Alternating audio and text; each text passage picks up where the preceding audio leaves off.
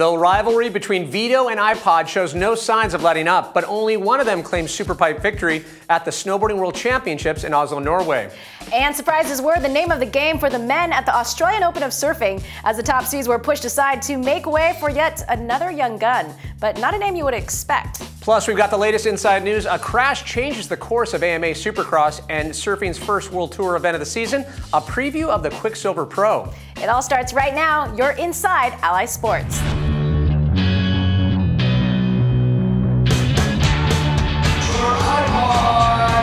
Kelly Clark once again. Galsman and Banning went wave for wave in the men's final. Oh, this has been the best week of my life. I'm so wrapped. I'm so happy right now. It's the best feeling I've ever had. I'm so stoked. The one thing I took away from my year at Monster Skate was that pro skaters would never, ever put their best footage straight to the internet. It would always be a dumping ground for second-rate scraps. This is Inside Alli Sports. I'm Pat Parnell. And I'm Angela Sun. It appeared to be business as usual at the top of the Superpipe at the World Snowboarding Championships in Oslo, Norway. Yuri Podolchkov and Louie Vito were set to continue the rivalry that heated up at the Dew Tour Championships, and Gretchen Blyler was determined to unseat longtime rival Kelly Clark. With Terry Hawkinson the driving force behind the event, the World Snowboarding Championships sought to advance the revolution of competition with a new format created by snowboarders for snowboarders. Right from the top on his first run, I-Pod set both the tone and the score to beat with a 12 double cork, frontside double 10, cab 10 double cork, and finished with a frontside 10 tail grab for 90.8. Rival Louie Vito wasn't nearly as successful on his first run, but did recharge and hit back with his second, utilizing his physical strength and ability to link spins on a smooth run that pushed him closer to I-Pod. But it was 20-year-old Matt Ladley who used the new judging system to his advantage with a massive front 12, back 9, and front 10, launching him past Vito and securing the second spot on the podium. But the day belonged to Yuri Podolchkov, whose first run score was enough to put him on top of the podium. While fans on the women's side were focused on the seemingly endless battle between Americans Gretchen Blyler and the dominant force of nature that is Kelly Clark, it was Spain's Coral Castellet who shook up the pipe. Blyler opened things up with a strong run, sending a message by hitting her trademark crippler. But Castellet fired back, hitting a backside 9 and frontside 9, putting her ahead of Blyler. But as always, Clark was the one to beat and made her opponent's goal nearly impossible with a huge frontside 10, a cab 7, and a backside 5.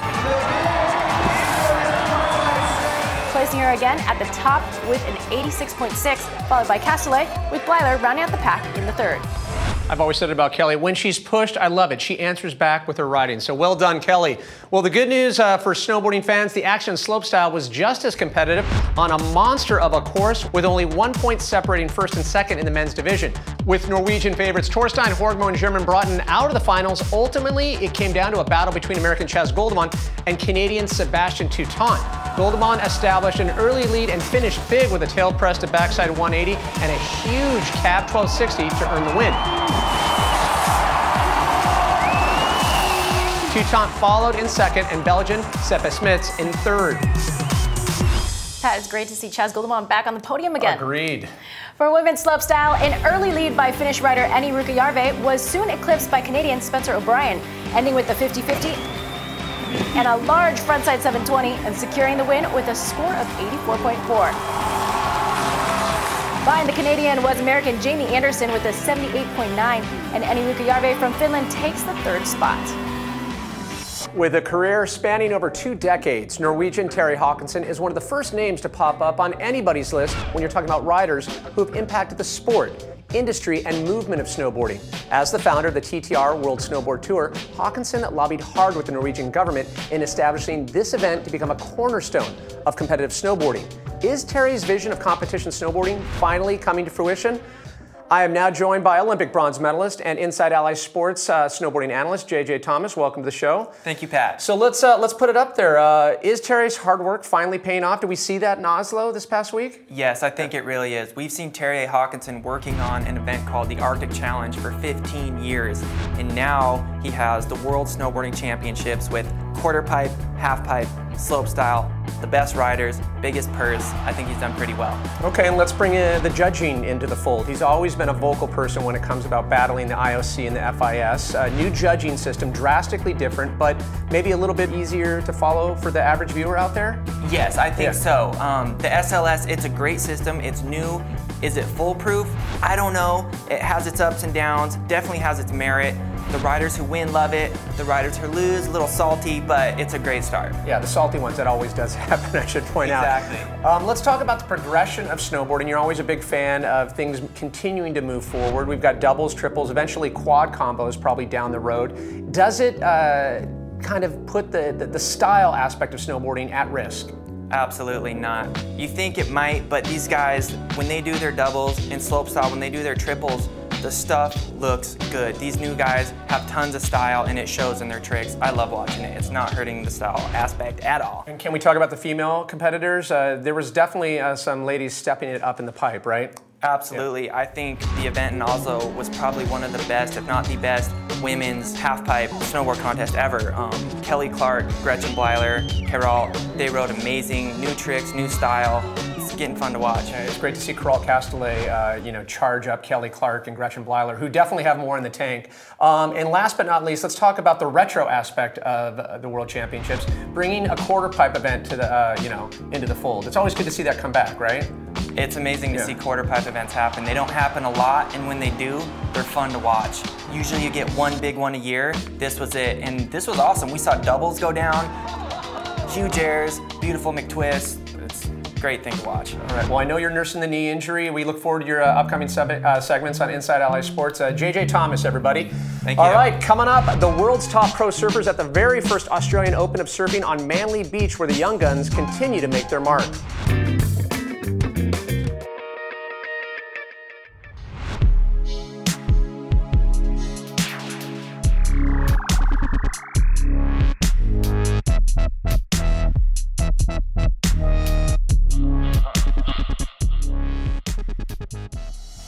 Welcome back to Inside Alli Sports. Some of the world's best pro surfers came to Manly Beach in Sydney for the ASP 6-star stop, the Australian Open of Surfing.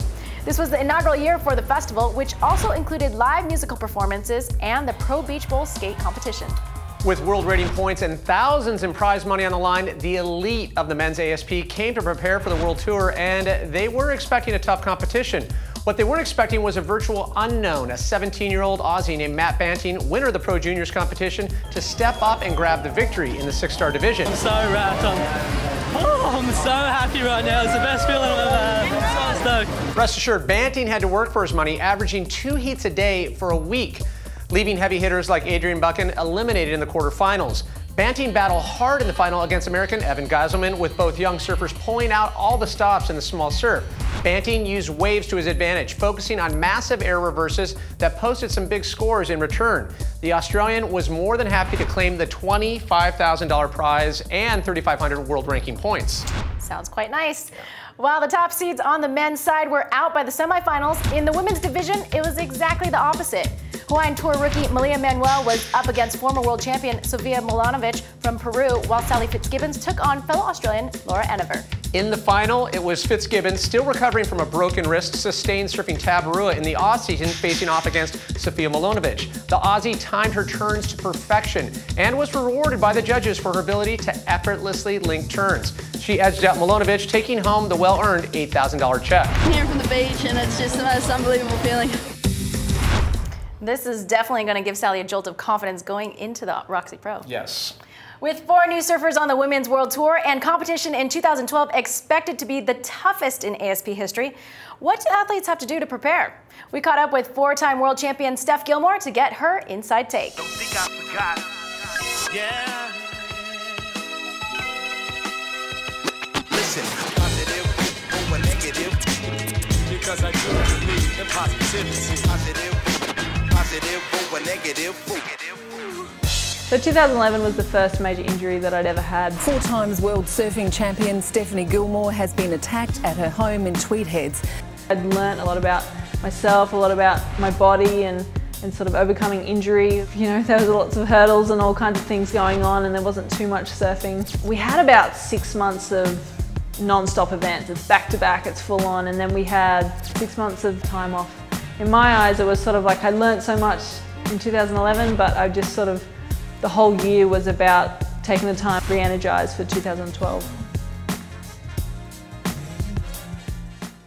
My biggest threat on tour has definitely changed from when I got on the tour in 2007. It was sort of the older girls like Chelsea Hedges and Sofia Milanovic and Silvana Lima, but now it's so quickly, it's just transformed into this attack of the rookies. Carissa Moore, Sally Fitzgibbons, Carla Wright, Lakey Peterson.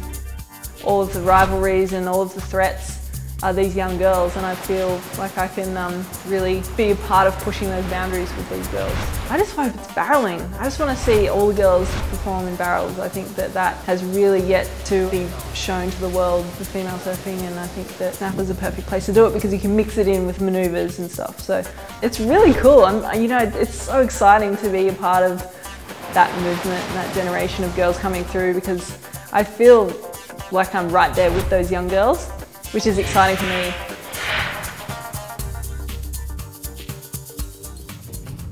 I think at different levels in your career, your level of hunger changes, and it's sort of, I think you draw your inspiration from different things. At some stages you're drawing that hunger from a loss, like you'll lose an event and then you just get so hungry to want to just be that winner and be on the podium again, and you'll do whatever it takes to be the winner again. And then, you know, it can kind of change into another phase, which is what I'm in right now, which is a performance thing. Because I just love someone like Dane Reynolds, who goes out there and he is a performer.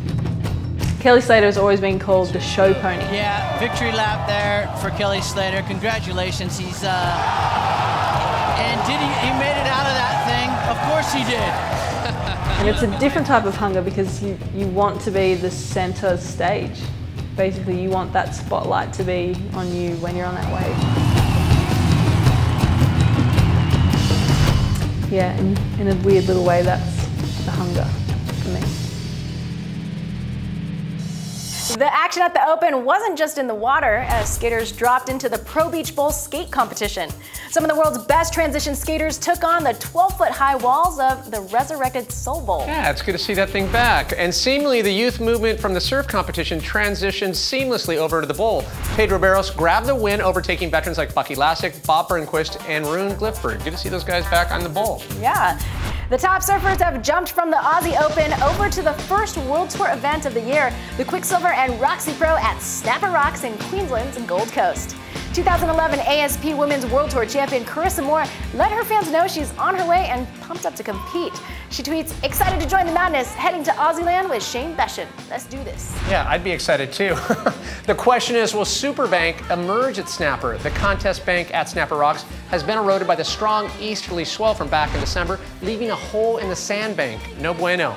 The man-made Superbank was created to build up the sandbank at Snapper by pumping sand from the Tweed River.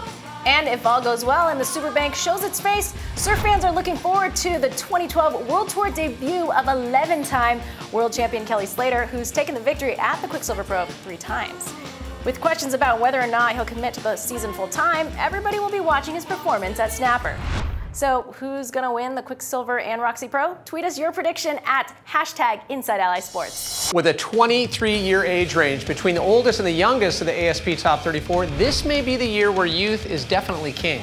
That's right. On the heels of 17-year-old Matt Banting's win at the Australian Open and the performances of John Florence, Kolohe Andino, and Gabriel Medina, how do 40-somethings like Kelly Slater and 20-year tour veteran Taylor Knox compete? It's tough. You know something about being I know how to 40-something. being old, but surfing at that level, absolutely not. I salute the guys. We went straight to the source and talked with Taylor Knox.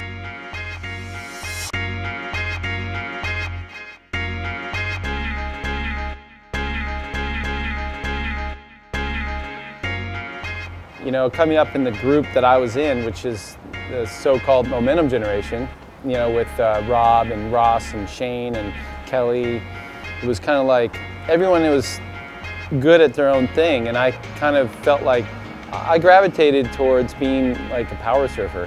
You know, it really resonated to me as the type of person I was, and just how I wanted my surfing to look, really. I think these young guys are hugely benefiting from what they've seen over the last 10 years, and they've been able to kind of pick apart the best of certain guys. You know, there are certain guys that are, you know, a few years ago were just air guys, and you know, over time that just didn't, you just couldn't make it on that alone. You know, you got to have the rail turns and the airs at the same time. So, and then just, you know, where guys are at when they hit adversity. You really see what someone's made up at when they've been put down a couple times, and you know how they bounce back and how they can gather themselves, not only just, you know, on a public level, but on an emotional level, how they deal with, you know, the rigors of the tour.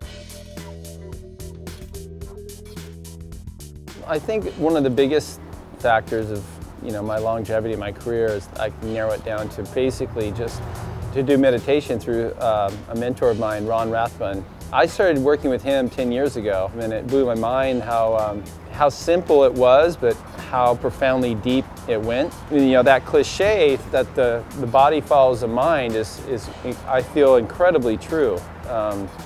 So if the mind is pretty messed up, you know, you can train all day long, but you're still going to be messed up at the end of the day. Relax and chill. I mean, I've been doing this too long to get hyped up about, you know what I mean? To like buy into, I've seen, like I said, I've seen coaches before, I've seen it all. 20 years on tour, I can't tell you the highs and lows and hills and valleys that you go through, and for me it's got, I'm happy to go there, I'm happy to be in trunks, I'm happy, you know, to have a new year. I feel really good about where my boards stand right now and going into it, so I've got a lot to be relaxed for. I mean, that's the only reason that I've stayed, is just because it's been fun. Taylor, you are the sensei of surf. Just keep it relaxed and balanced, and I will say one of the best cutbacks in the business. Buckets of water. With age comes wisdom, and Taylor has a lot of that. Yeah. Coming up, the latest inside news and a top AMA Supercross racer's crash that takes him out for the season. And the one and only Paul Zitzer gives us his opinion on the history, creation, and content of skate videos when we come back. Channel some Taylor Knox. Yeah. Zen pose like this. Not sure if that's actually appropriate. Medic!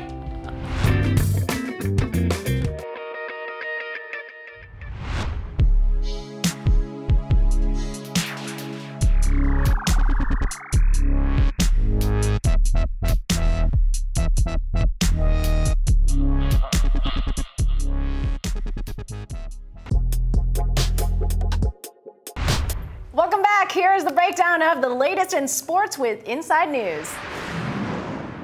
3 men were killed Sunday in an avalanche near Stevens Pass, a popular Washington ski resort. Over a dozen skiers were caught up in the disaster, including survivors Elise Sogstad, a professional skier who deployed her ABS airbag to save her life, and ESPN free skiing editor Megan Michelson, who emerged without serious injuries. Free skiing World Tour head judge Jim Jack, Stevens Pass director of marketing Chris Rudolph, and skier John Brennan were confirmed as the skiers who died in the slide. Experts said the risk of additional slides in the region could remain high all season due to a weak base layer of snow caused by a dry winter. The stars of skateboarding came out in full force last week for the 14th annual Trans World Skateboarding Awards. Awards handed out by MCs Brian Schaefer and Lizard King included Skate Mafia's Wes Kramer for Best Rookie. Wes Kramer. Well, Nigel Houston took home the awards for Best Video, Best Street, and the New Era Reader's Choice Award. Rules on the wax, rules on the wax. What did police do when they spotted Rex Floodstrom, a 40-year-old artist, poet, and avid surfer, ripping waves at Oak Street Beach in Chicago? Oh yeah, they quickly handcuffed him and threw him in jail for 4 hours, wetsuit and all. Surfing is not a crime. I hope that people will be able to surf in Chicago, that there'll be more access in all beaches. The offense, outdated laws similar to ones that Surfrider and others have helped to repeal at other Illinois breaks. The case even grabbed the attention of 11-time world champ Kelly Slater, who tweeted 4 hours in jail in his wetsuit, right? It's both hilarious and ridiculous. In the end, Floodstrom settled out of court agreeing to community service. Before a wild Texas-sized crowd of nearly 54,000 fans at Cowboy Stadium in Arlington, Ryan Villopoto raced to his third straight AMA Supercross victory, beating second-place finisher Ryan Dungey. Could be an advantage. Contact. Pushing ball. Bubba Stewart, who was catching up to the pack on the second lap in an attempt to overtake Villopoto and Chad Reed, crashed into Yamaha teammate Davey Millsaps. While Stewart only lost positions, it was Chad Reed's crash on lap 7 that took him completely out of the race. Reed came up through the whoop section short and flipped over the bars, drilling his head right into the ground. Jake Weimer filled the gap to come in third. Current overall standings place Villopoto comfortably in front with 158 points, followed by Dungey and Chad Reed, with Stewart in fourth. Chad Reed's brush with bad news didn't end at the crash. After being examined by doctors, Reed announced that he is officially and reluctantly withdrawing from the 2012 Supercross Series due to his extensive injuries from the crash. He'll spend the remainder of the season recuperating from a torn left ACL, a broken left tibia and fibula, a broken T6 vertebrae, and 2 broken ribs. After the accident, Chad tweeted to his fans, "So bummed for my guys. I've never felt so good. Best bike team I've ever had. I'm in shape riding, felt great, and boom, it ends in a split second." Well, adversity creates character, and Chad, we're all pulling for you for a speedy recovery. Yes, go 22. No stranger to racing crashes, AMA Supercross rider Trey Canard has been sidelined this season ever since his back injury at the Los Angeles stop at Dodger Stadium. He joins us now. Trey, how are you doing? Yeah, doing good. Just kind of on the mend and trying to figure out what everyday life without training and riding is like. And I don't know, trying to come back. So that brings us to our first question. I know you're no stranger to being on the mend. You sustained a broken femur, coming back after 2008. Talk about the mental fortitude, just the focus and drive a rider needs to have. Yeah, I mean, it's very difficult. I think that, something someone brought up to me a while back is that our sport is not that dangerous, or the motorcycles aren't dangerous. We are what make the sport dangerous. And, it's definitely our mistakes that cause these problems. And right now, this is probably the most difficult injury I've been through, just for the simple fact that I can't really be active, so. You've proven that you have the resilience both on the physical and the mental side. I mean, it almost brings up the whole Ryan Villopoto thing, another rider that came back after an injury, and that kind of segs us into Chad Reed, what happened last week. We were following Chad Reed's Twitter, and he talks about the impact of when you have a fall like that, a crash, it not just impacts yourself, but also the entire team. Yeah, I mean, especially in Chad's situation, and my situation last year, doing good in the series, and your momentum is built up. It's such a team effort, really. It really is. I think that guys get kind of rough time for saying, we did this on the podium and that, but it really is a team sport. Well, let's talk about Bubba Stewart. You also had a little back and forth on the Twitter feed with Bubba talking about the course going into Atlanta. Do you feel that Feld and AMA, are they doing enough to answer concerns, whether it be for track progression and track safety? Absolutely. I think they've done a great job. I think there's been a couple things that have needed to be addressed for a while. That haven't, but I think that after Ryan and I's Marias, that is after our crash, I think that things will kind of get resolved. Last question I had to ask. I mean, a lot of people are saying that Villopoto, he has that Ricky Carmichael momentum and focus. Do you feel even on everyone's best day, can they challenge him right now, or is he just in a zone that's tough to catch? I think he's got a lot of momentum going for him. I think him and Chad really were the only guys that had, myself, a steady transitional year, with a lot of momentum under the belt. Whereas myself, dealing with all the injuries that have happened. So it's hard to carry that momentum, where Ryan has carried the momentum from last year and is just running with it. Trey Canard, most importantly, we wish you a safe and speedy recovery. We cannot wait to see you back on the track. Thank you, guys. I appreciate it. Well, you heard Trey's take. What's your perspective? Can anyone catch Ryan Villopoto and take the 2012 AMA Supercross Series Championship? Or will James Bubba Stewart win an AMA Supercross race this season? And if so, when? Tweet us your take at hashtag Inside Alli Sports. Probably the same day the internet was invented, some kid with a camera and a skateboard filmed a video. Our own Paul Zitzer weighs in on the phenomenon, history, and content of skate videos on Inside Skate. Back in 2000, I got a job at this thing called monsterskate.com. Not cool. Because all of a sudden, there were all these internet skate magazines, and at the time, the internet, totally lame. The one thing I took away from my year at Monster Skate was that pro skaters would never, ever put their best footage straight to the internet. It would always be a dumping ground for second-rate scraps. But here we are in 2012, and you know how things turned out. But how did we get here? There's no one explanation. The biggest factor is probably the realization that kids spend about 1,000 times more of their days online than they do at the skate shop. The second is that everything ends up straight online anyway, sometimes even before the DVD. If you can't beat them, join them, right? The third has to be the random kid ripping online who racks up 1 billion hits and becomes a household name, Corey Kennedy, while the super celebrity's Day in the Life segment gets about 200 hits. All that was left was for the digital pioneers sitting on solid gold footy to go ahead and skip the DVD and just put their footage straight online already. And 2 minutes after Nigel's part went live, I could guarantee that the internet part was here to stay. But then again, could something come along and reverse the trend, turning all of these new YouTube channels, Ally, into the monster skates of tomorrow? I'd say no way, but then again, my track record isn't all that great. Damn, Paul just dug in the archives for that shot. I think that was on VHS. It was on VHS, but 2 words, Paul, instant gratification. I was just instantly gratified. Another fine piece, sir. Thanks for checking us out again on Inside Alli Sports, your base camp for action sports. Keep up with the latest news and events by following us on Twitter at AlliSports or giving us your take by tweeting at #InsideAlliSports. And as always, I implore you, make sure to subscribe to Alli Sports Network and check out all the shows on the Alli Sports channel here on YouTube. This is Pat Parnell. I'm Angela Stein for Inside Alli Sports. Why do you do that? Done with these shoes.